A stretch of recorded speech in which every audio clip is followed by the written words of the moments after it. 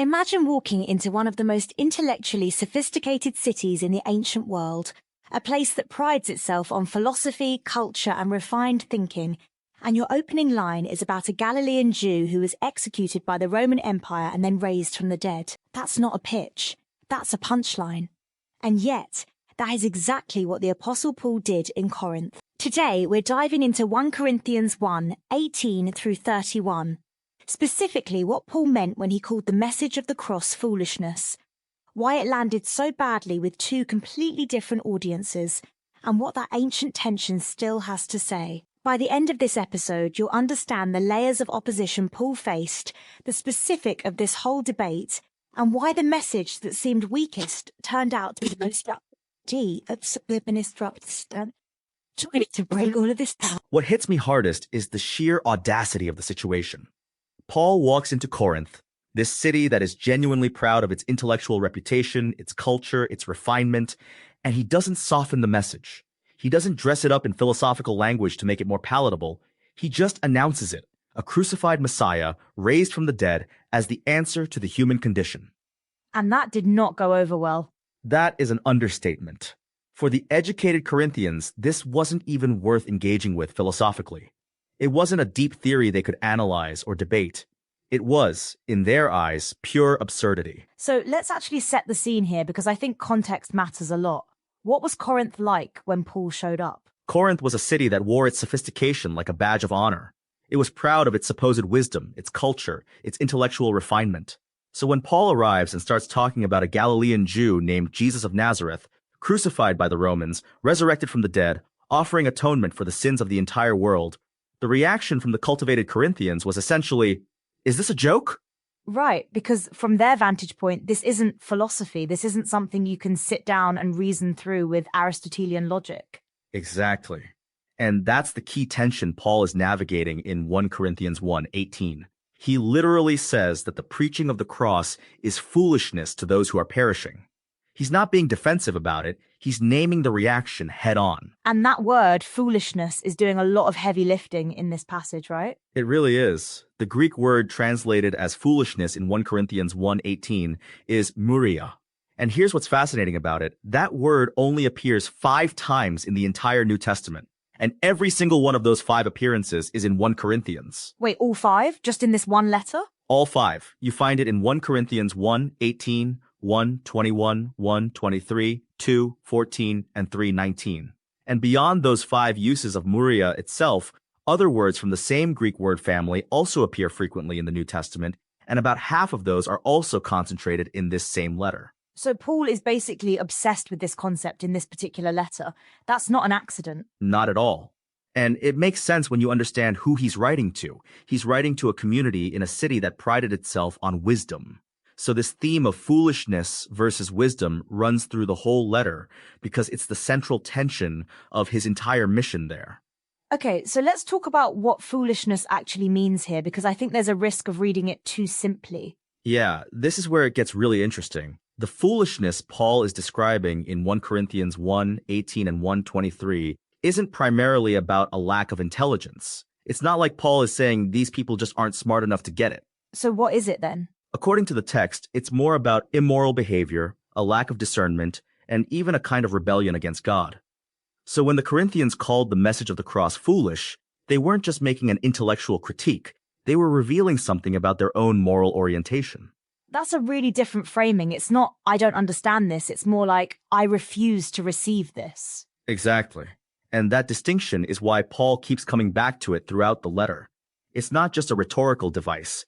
It's the diagnosis of a deeper problem. And in 1 Corinthians 1:18 through 31 alone, Paul references this idea of foolishness 6 times. 6 times in one passage. 6 times. Which tells you he's not just making a passing comment, he's building a case. He's systematically dismantling the assumption that human wisdom is the highest standard by which truth should be judged. Okay, so we've talked about the Greek intellectual world's reaction. But Paul wasn't just dealing with one skeptical audience. He had 2 very different groups pushing back on him. Right, and this is what makes his situation in Corinth so uniquely difficult. He's facing opposition from 2 completely different directions simultaneously. So walk me through the Jewish perspective, because that one is almost more complicated. For Jewish listeners, the message of a crucified Messiah wasn't just philosophically awkward, it was theologically impossible. The whole expectation of the Messiah in Jewish tradition was that he would be a conqueror.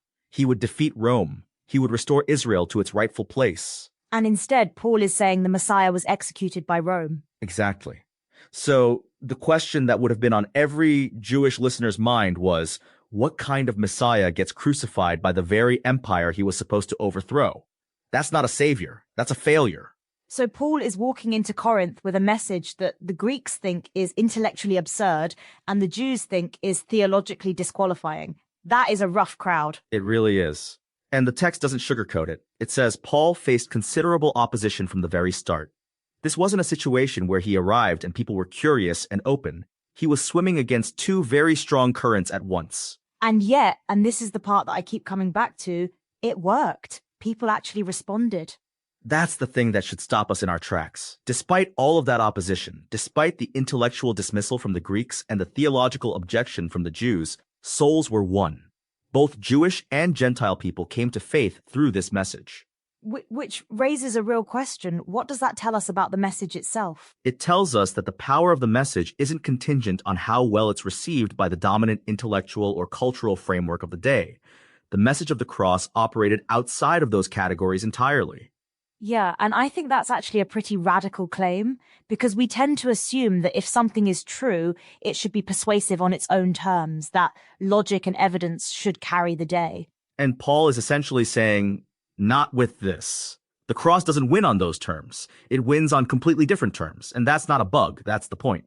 Okay, let's dig into the structure of the passage a bit more, because Paul isn't just making one argument here, he's layering several. Right. So in 1 Corinthians 1, 20 and 21, Paul is essentially asking, where is the wise person? Where is the scholar? Where is the philosopher of this age? And his answer is that God has made the wisdom of the world look foolish. So he's flipping the script. The thing that looks foolish is actually the thing with power, and the thing that looks wise is actually the thing that's been exposed. Exactly. And then in verse 23, he names it directly. We preach Christ crucified, a stumbling block to Jews and foolishness to Gentiles. He's not hedging. He's not trying to make it sound more acceptable. He's owning the offense of it. There's something almost defiant about that, right? Like he's saying, I know this sounds absurd to you, and I'm going to say it anyway. Very defiant. And then in verse 25, he goes even further. The foolishness of God is wiser than human wisdom, and the weakness of God is stronger than human strength. That's a stunning inversion. It's almost paradoxical. Like, the weakest looking thing is the most powerful thing. And that paradox is intentional.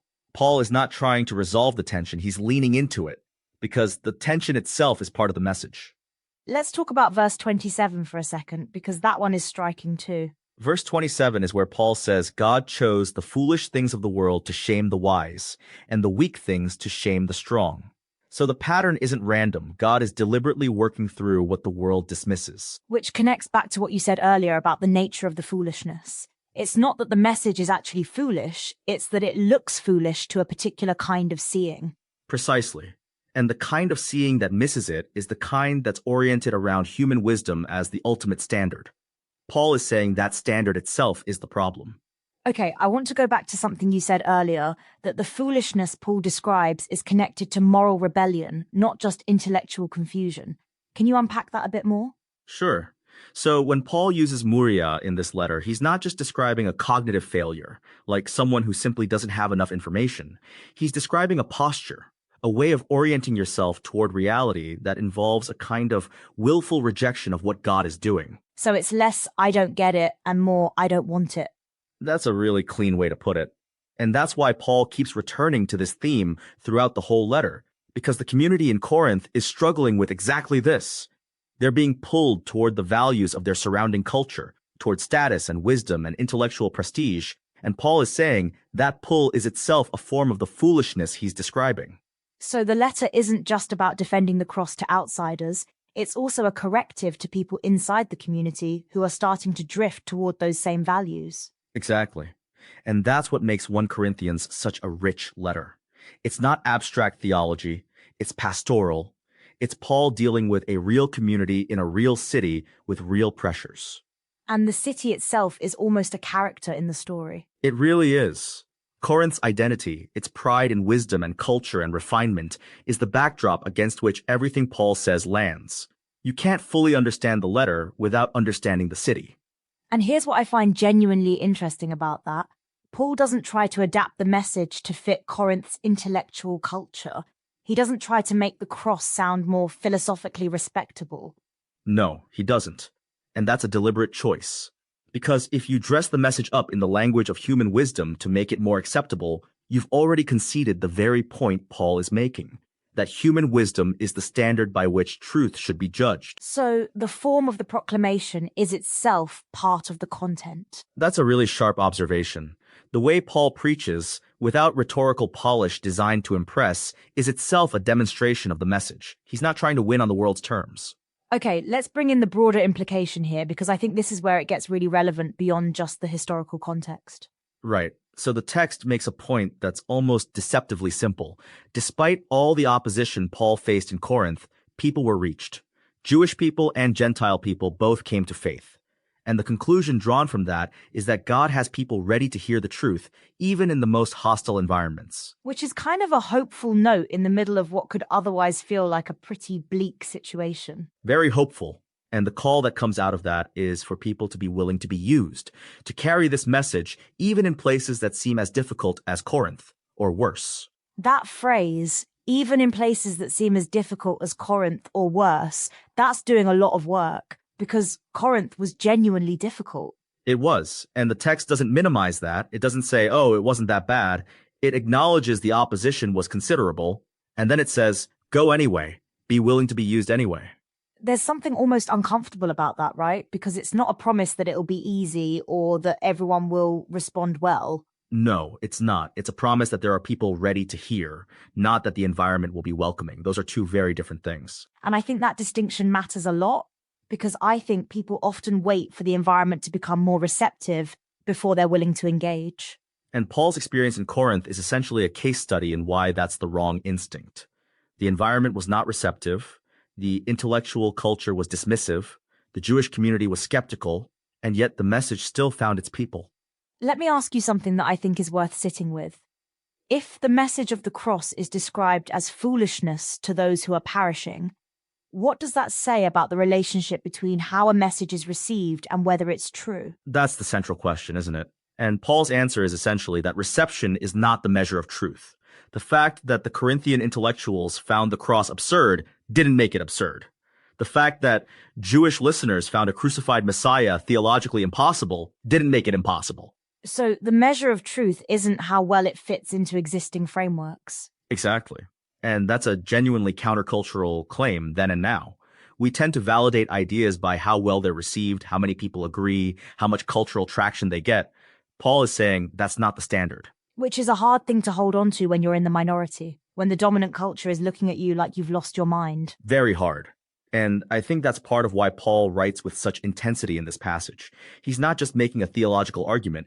He's trying to give the Corinthian community the courage to keep holding the message, even when it's being dismissed. So when you step back from everything we've covered in this passage, the Greek word muria, the double opposition Paul faced, the inversion of wisdom and foolishness, what's the through line that ties it all together?